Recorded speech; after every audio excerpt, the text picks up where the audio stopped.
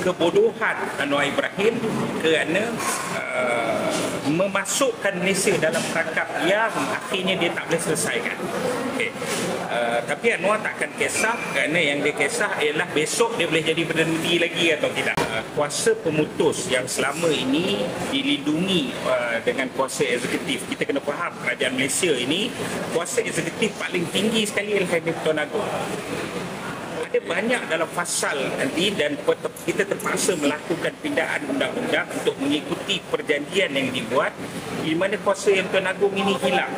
Kuasa federalisme, contohnya REE, Nadir Bumi, hasil bumi ini ialah hak kerajaan-kerajaan negeri yang akhirnya diserahkan juga ke melalui perjanjian ini untuk diputuskan oleh Amerika.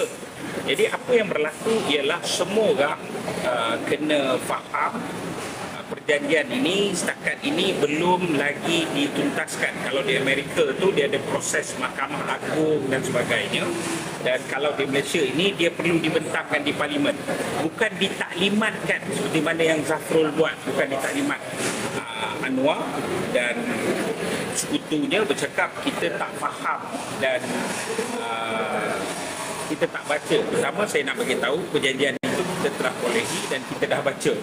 Dan ia menggadaikan hak dan kedaulatan dan saya desak ia dibahaskan secara tuntas di parlimen, bukan dibentangkan tetapi bukan ditaklimatkan tetapi dibentangkan supaya boleh dibahaskan di parlimen. Tanpa kelulusan parlimen seharusnya Malaysia tidak seorang Perdana Menteri tak boleh putuskan. Jangan berlindung di sebalik. Zafrul cuba berlindung, kita hina kaki tangan awam yang buat begitu. Saya bagi tahu maklumat-maklumat yang kita perolehi, salinan perjanjian yang kita perolehi adalah daripada kaki tangan awam, pegawai-pegawai tinggi kerajaan, peringkat kurus dan sebagainya, turut tidak berpuas hati dan risau dengan impak jangka masa panjang kedaulatan negara. Kita punya sejarah panjang, daripada 1511 kita dijajah, kita berlawan, akhirnya 1957 perlahan-lahan kita memperolehi kuasa, mentadbir secara mandiri dan merdeka. Nampaknya Anwar Ibrahim ini adalah betul lah saya cakap, betul jangkaan kita, dia adalah orang yang menggadaikan kedaulatan negara dan hari ini terjadi. Rumusan daripada benda ni ialah ini adalah kerana sikap Anwar Ibrahim. Mula-mula apa yang Anwar Ibrahim buat, dia nak tunjuk dia hebat lebih daripada orang lain.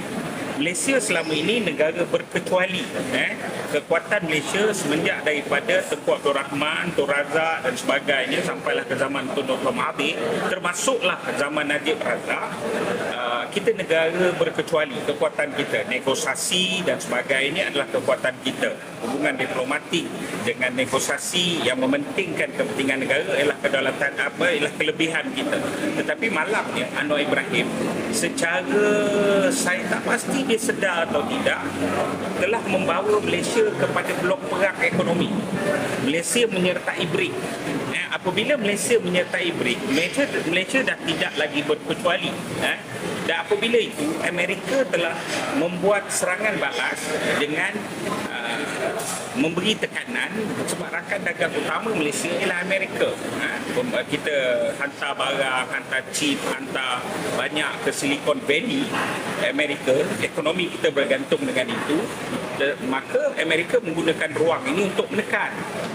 Jadi tiba-tiba kalau kita tak buat benda ni, kita akan kononnya kita akan ditekan, kita akan hilang peluang pekerjaan dan sebagainya. Benda ini berpunca daripada kebodohan Anwar Ibrahim kerana memasukkan Malaysia dalam perangkap yang akhirnya dia tak boleh selesaikan. Okay. Tapi Anwar takkan kisah kerana yang dia kisah ialah besok dia boleh jadi Perdana Menteri lagi atau tidak. Kepada rakyat harus menyatukan kekuatan berbagai latar politik, berbagai siapapun kamu, dia harus menyatu untuk melawan ini. Itu yang pertama. Kedua, kepada Duli Yang Maha Mulia Seri Paduka Baginda Yang di-Pertuan Agong, kena faham betul-betul bahawa rakyat pernah sekali menyelamatkan Raja-Raja Melayu. Rakyat selamatkan Raja-Raja Melayu apabila penjajah British membawa Malayan Union Melayu Union. Raja dah sign serah kuasa. Raja dah sign serah kuasa. Raja dah surrender. Tetapi rakyat turun untuk pertahanan Raja Melayu. Kali ini sekali lagi, saya merasakan rakyat bersedia untuk turun, untuk mengembeling kekuatan. Tapi Raja Melayu perlu buka mata. Dan ini demi kedaulatan negara. Maknanya Raja Melayu kena bersama dengan rakyat kali ini. Kepada parti-parti politik, saya nasihatkan, jujur saya bagi tahu, ini bukan persoalan Ali nak jadi Perdana Menteri, Abu nak jadi Perdana Menteri, ataupun nak bersaing dalam parti yang berhentilah semua benda mengarut ini. Tumpu betul-betul masalah utama negara, iaitu isu kedaulatan.